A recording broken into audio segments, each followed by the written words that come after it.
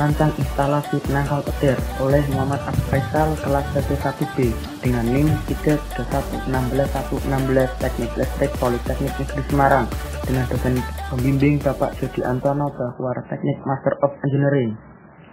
Rancang instalasi penangkal petir.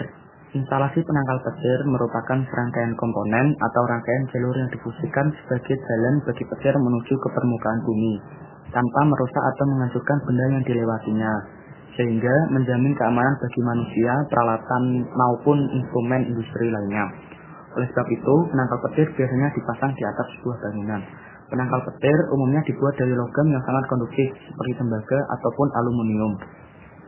Cara kerja penangkal petir tersebut ialah saat muatan listrik negatif dari awan sudah tercukupi, muatan listrik positif di tanah akan segera tertarik ke atap melalui kabel konduktor menuju ujung batang penangkal petir dan terjadilah gaya tarik-menarik.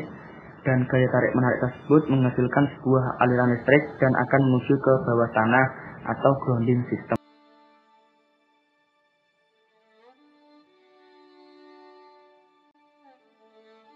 Lalu komponen-komponen instalasi penangkal petir. Yang pertama, batang penangkal petir dibuat runcing karena muatan listrik punya sifat mudah berkumpul dan lepas pada ujung logam yang runcing. Dengan demikian dapat memperlancar proses tarik-menarik dengan muatan listrik yang di awan. Batang runcing ini dipasang pada bagian atas bangunan.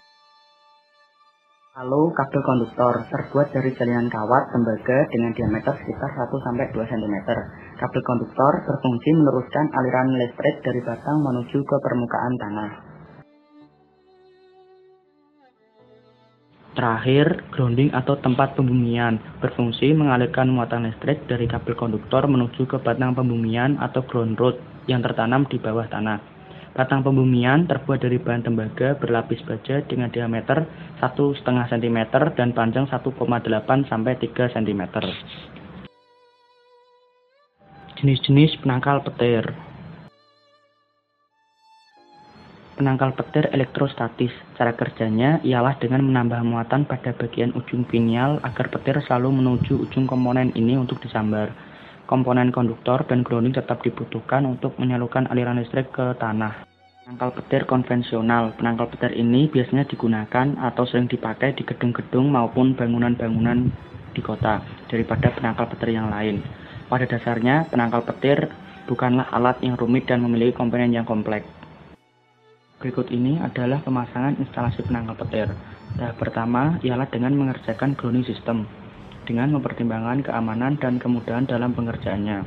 Lalu dilakukan pengukuran resistansi atau tahanan tanah menggunakan earth tester meter. Bila hasil pengukuran tersebut menunjukkan kurang dari 5 ohm, maka tahap kerja selanjutnya dapat dilakukan. Selanjutnya, pemasangan kabel konduktor. Bisa menggunakan kabel koaksial ataupun kabel bear copper. Langkah pertama, mendesain jalur kabel.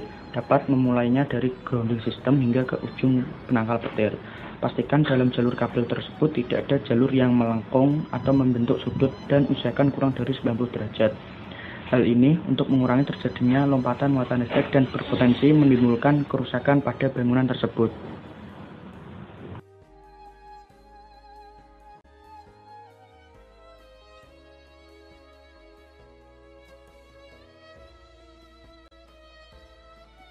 Terakhir, memasang batang penangkal petir ke atap sebuah gedung.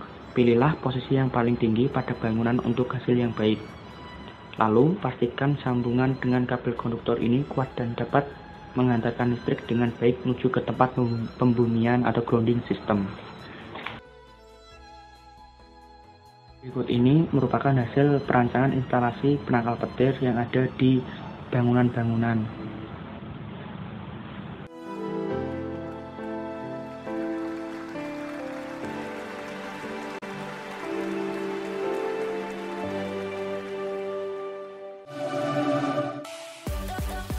Cukup sekian video dari saya, Muhammad Abu Faisal dari LT1B.